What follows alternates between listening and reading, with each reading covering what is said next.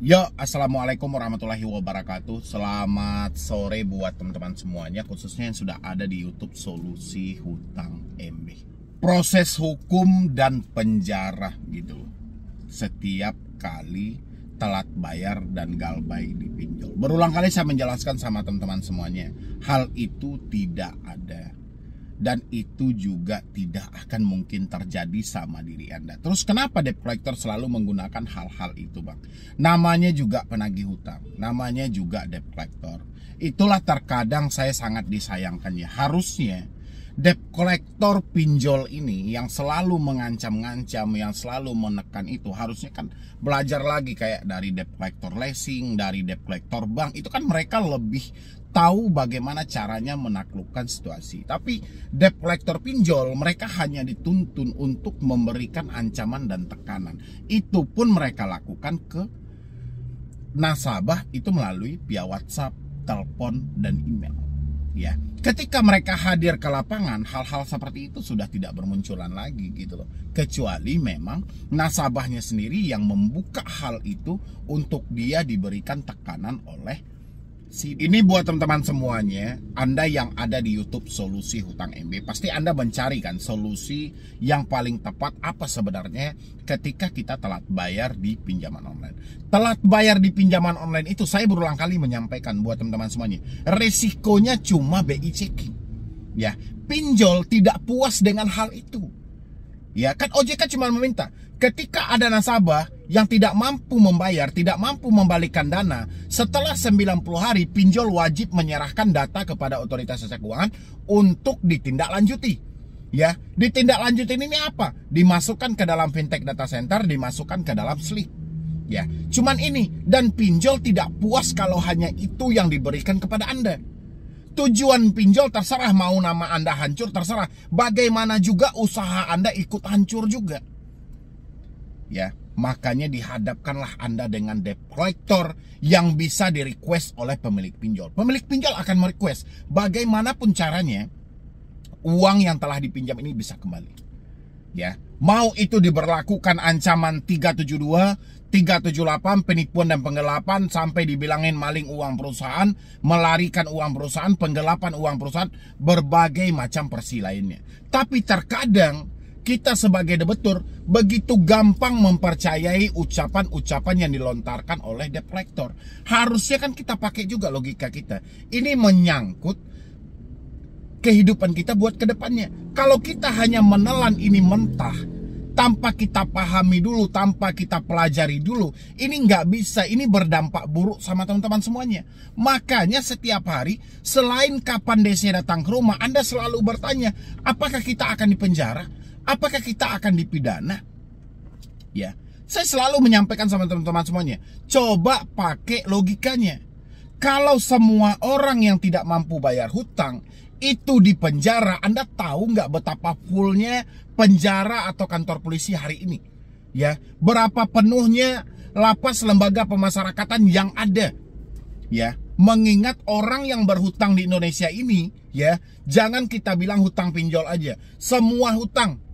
Setengah dari masyarakat Indonesia itu berhutang, mungkin bisa lebih jumlahnya. Dan sebagian dari itu mengalami telat bayar dan tidak mampu bayar. Mau dipenjara?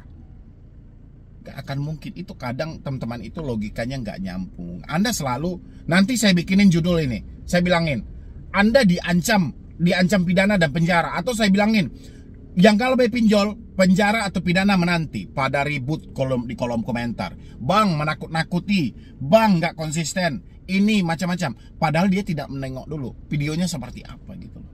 Ya, dan begitu juga dengan ancaman debt collector tadi. Sama aja kan, debt collector hanya mengirimkan, Anda akan kami tuntut dengan pasal 372 dan 378. Emang segampang itu menerapkan pasal 372 dan 378. Tidak semudah membalikan telapak tangan.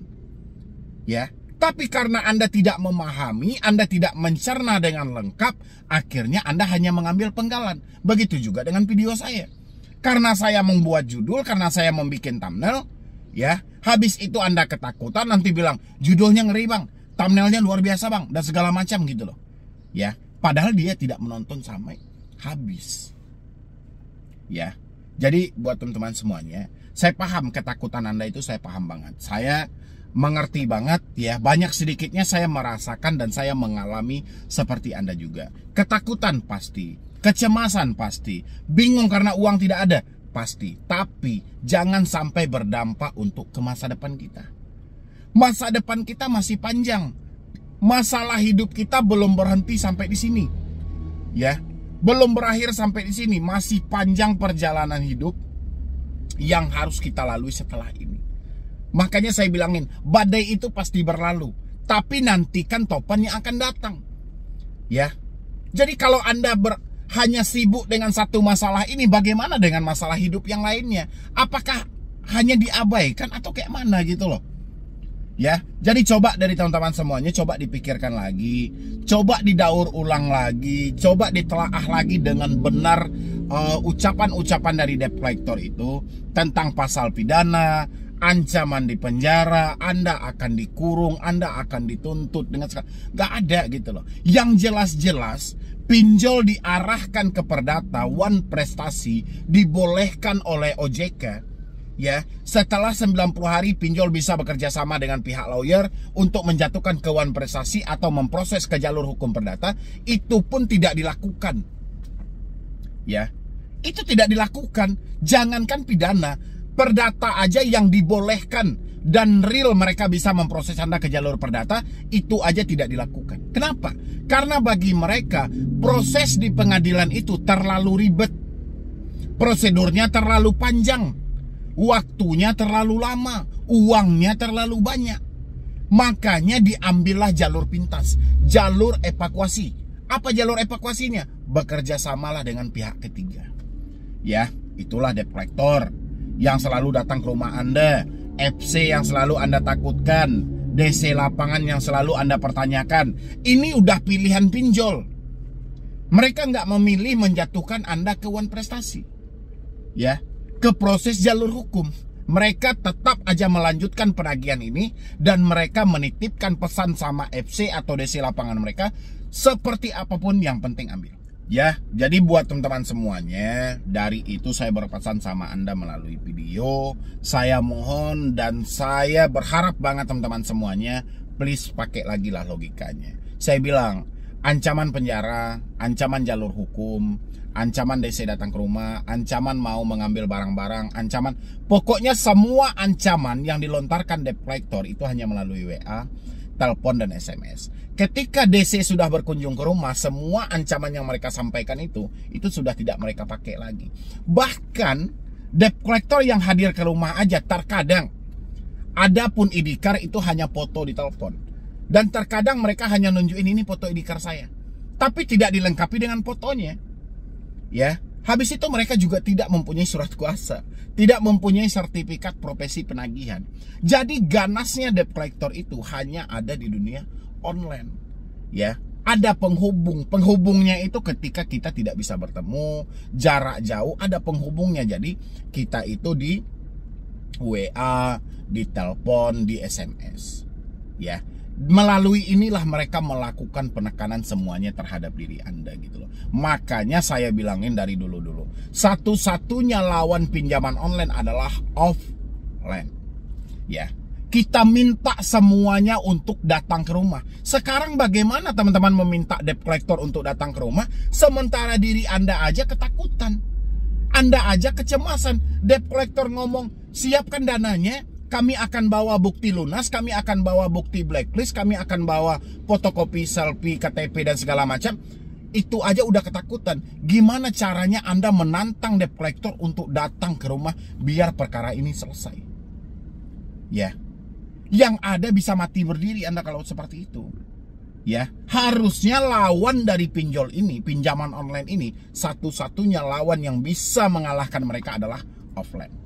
Karena keterbatasan debt collector mereka untuk turun ke lapangan, inilah yang membuat mereka kewalahan.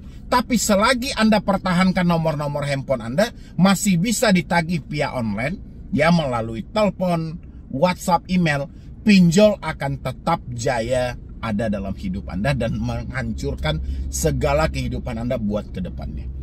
Mulai dari uang gaji, tabungan, biaya makan, biaya kebutuhan, itu bisa semuanya Anda store buat pinjol.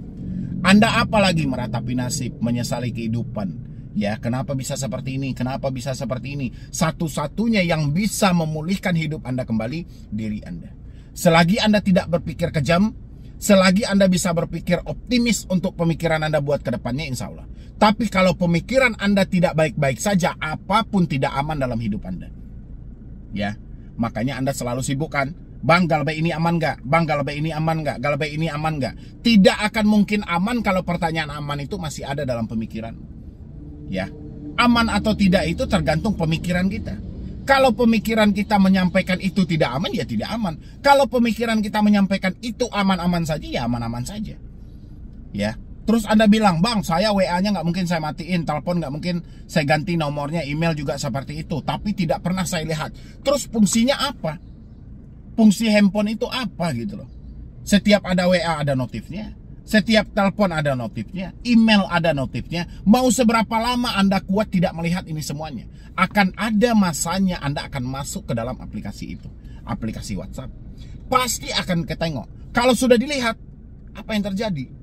Terjadi gangguan dalam pemikiran Anda. Ya sudah. Di saat gangguan itulah kemerdekaan bagi pinjaman online. Ya, kembali ke diri teman-teman semuanya. Intinya, tidak ada penjara, tidak ada pidana. Yang jelas hari ini bagaimana caranya Anda memperbaiki hidup Anda yang sudah hancur gara-gara pinjaman online. Ya, mungkin dari saya cuma itu aja. Mudah-mudahan ini membantu buat teman-teman semuanya. Dari tadi pagi itu terlalu banyak yang bertanya, penjara lah, pidana lah, pasal inilah, pasal itulah. Ya, yang jelas itu nggak ada. Oke, itu hanya bagian skenario yang dilontarkan oleh debt collector dalam menagih Anda semuanya. Ya, jadi sekian dulu dari saya, Medi Bro nih.